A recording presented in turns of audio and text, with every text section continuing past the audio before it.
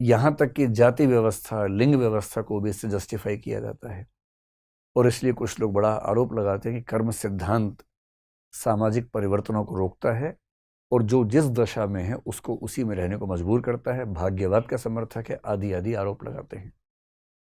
कोई बच्चा जन्म से विकलांग हो और हम ये कहें कि भाई तुम्हारे पिछले जन्म के कर्म खराब थे, तो सुन के अजीब सा लगता है।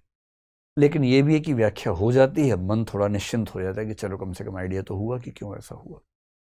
तो अच्छा है बुरा है जैसा भी है, लेकिन कर्म सिद्धांत पर विश्वास भारतीय परंपरा में जो लिंक होता है किससे होता है? पुनर्जन्म से होता है। पुनर्जन्म की बात बाकी धर्मों में, दर्शनों में नहीं के बराबर दिखती है, लेकिन एक शब्द है रिसरेक्शन।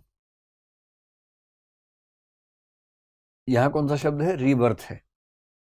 रीबर्थ के लिए एक शब्द और चलता है, री इनकारनेशन। ये भी पुनर्जन्म ही है।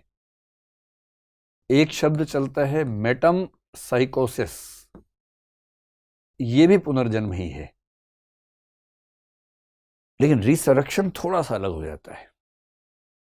आपको आश्चर्य होगा कि पश्चिम में एक दार्शनिक हुआ जिसको आपने मैथ में पढ़ा होगा, पाइथागोरस। पाइथागोरस पुनर्जन्म का समर्थक था, बहुत बड़ा दावा करता था कि पुनर्जन्म होता है।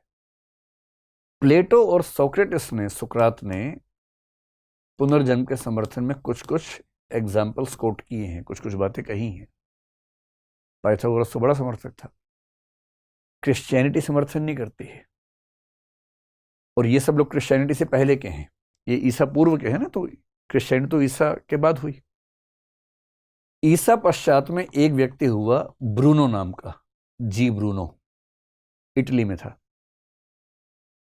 ये साइंटिस्ट भी था, मैथमेटिशियन भी था, फिलोसोफर भी था, और उसने खूब मिस्टिकल एक्सपीरियंस लिए। प्रोटेस्टेंट जब धर्म शुरू हुआ उसमें कैल्विनिज्म था, ये कैल्विनिज्म को मानता था, और उसने दावा कर दिया कि भाई पहली बात तो ये कि ये जो पृथ्वी है, संसार है, ये ईश्वर ही है।